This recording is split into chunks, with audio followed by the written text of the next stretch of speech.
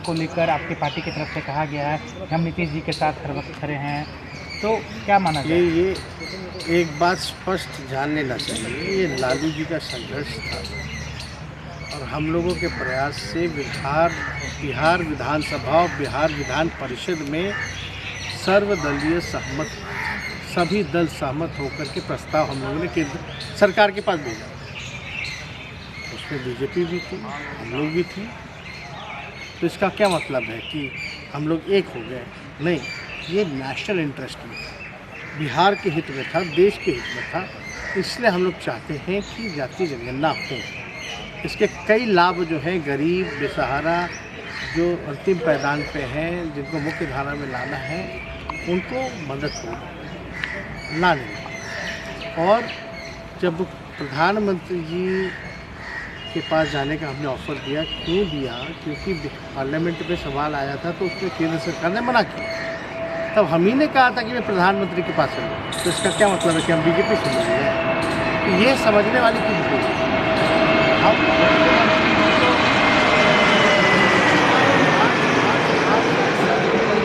सहमति से जब पास हुआ, आज जो है किस चीज़ का इंतज़ार कर रहे हैं? उस समय हम लोगों ने कहा था कि भाई अगर केंद्र सरकार नहीं करेगी, चाहते तो पूरे देश में थे कि हो, लेकिन नहीं हो पाया, तो आप बिहार में तो कम से कम कराएंगे। आप तो इससे पक्षधर थे, प्रधानमंत्री से मिलने गए थे। और जब बिहार विधानसभा में पास हो गया 2 बारी, तो क्या मतलब रह गया सर्वदलीय बैठक करके नौटंकी करने का? यानी आपकी मंशा जो है करनी कुछ कथनी कुछ, ये साफ दिखा रहा है। आप बैठक किस बात का बुलाइएगा भाई? या तो बैठक बुलाना था तो बुला देते, फिर देखते कौन आता कौन नहीं आता, पता चल जाता। आपने वो भी नहीं किया। और बैठक का तो सवाल होता ही नहीं जब विधानसभा से पास हो गया। तो बिहार विधानसभा के बाद पास हो जाने के बाद बैठक का क्या मतलब है? यानी सहमति है? यानी आप दूसरी तरफ आप ही कह रहे कि माहौल बना रहे कि सहमति नहीं हो रही। यानी आप ही बिहार विधानसभा के कॉन्सेंस को, आप उसकी बातों को जो है आप इग्नोर कर रहे हैं। आप ही बिहार विधानसभा के प्रस्ताव को नहीं मान रहे, तभी आप कह रहे हैं कि बैठक बुलाइएगा। ये जो माहौल शांतिपूर्ण था, ये विरोध का माहौल तो ये मुख्यमंत्री जी ने बना दिया। और ये तो तीसरी नंबर की पार्टी भाई, तो जाहिर सी बात है ना, बिहार के मुख्यमंत्री सबसे डरपोक, सबसे कमज़ोर, कलेजा नहीं है ना, क्योंकि कुर्सी पर बैठना है। इनको नेशनल इंटरेस्ट से क्या लेना देना, बिहार के इंटरेस्ट से क्या लेना देना, जनता के भलाई और तरक्की से क्या लेना देना, इनको समाजवाद से क्या लेना देना? इनको बस प्यारी है अपनी कुर्सी। तो जगता बाबूजी ने मात्र इतना ही कहा था कि भाई इस मुद्दे पर मुख्यमंत्री को फैसला लेना चाहिए, फैसला ले। और हम लोग का क्या, सब दल का इसमें सहमति था पहले। अब फैसला लेंगे तो पता चल जाएगा कौन है नहीं है। लेकिन इसमें समझौते की बात नहीं है, ये बात समझना है। अगर कोई कहे कि हम नज़दीक आ गए, तो पुरानी गलती, लोग एक बार गलती करके अगर नहीं सुधरे तब तो उसका क्या हल होगा?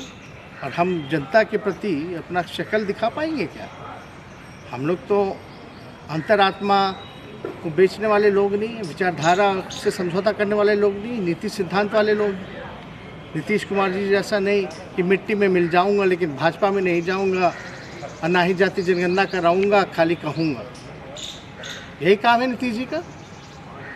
तो उनके कथनी करने में अंतर है।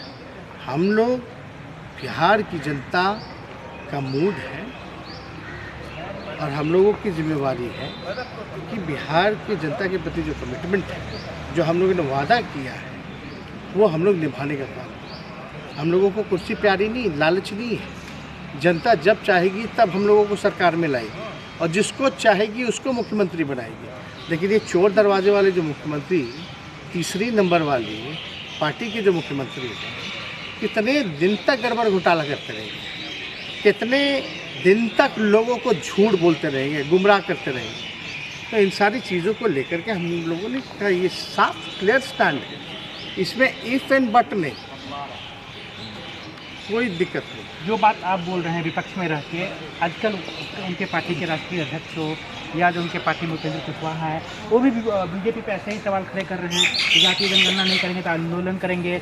ललन सिंह मांग कर रहे हैं कि जो बकाया राशि है बिहार का। आप एक बात समझा, बिहार को स्पेशल राज्य का दर्जा मिले, किससे मांग रहे हैं? अमेरिका के राष्ट्रपति से मांग रहे हैं। इन्हीं की ना सरकार है केंद्र में भी, बिहार में। किससे मांग रहे हैं भाई? किसको बेवकूफ़ बना रहे हैं? स्पेशल पैकेज बिहार को कितना करोड़ देंगे? 1,00,000 करोड़ रुपए का पैकेज देंगे। कहाँ गया भाई? 80,000 90,000 ये वो आरा में बोली लगा था उस समय, तो ये लोग साथ में थे। डबल इंजन की सरकार है, आपको स्कीम का भी पैसा नहीं मिल रहा, तो आप उंगली किस पे उठा रहे हैं? You are the part of the government of India, you are the alliance partner, you are the biggest alliance partner in north India of BJP. तब आप ऐसी बचकानी बातें कर रहे, किसको उल्लू बनाते हैं लोग? देखिए, देश की जनता और ख़ास तौर पे जदयू के नेता और जितने अंधविश्वासी लोग हैं जो टीटीएम करते रहते हैं, जो केवल उनका सुबह से रात तक, सोने तक, उठने तक यही काम रहता है कि बिहार की जनता को उल्लू कैसे बनाएंगे।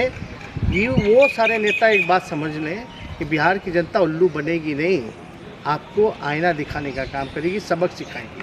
और यही बिहार की जनता आपको देखती रही 15 साल तक।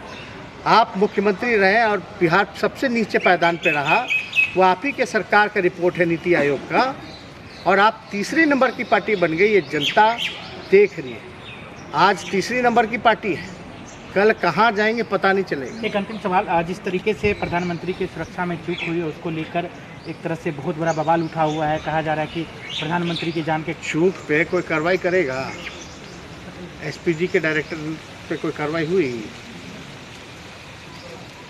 और हमको तो, जहाँ तक हमको जो इन्फॉर्मेशन है, हम इस पे कोई टिप्पा टिप्पणी नहीं करना चाहते हैं, लेकिन बिना हमला हुए बच के निकल के आ गए, ये बहुत बड़ी बात है।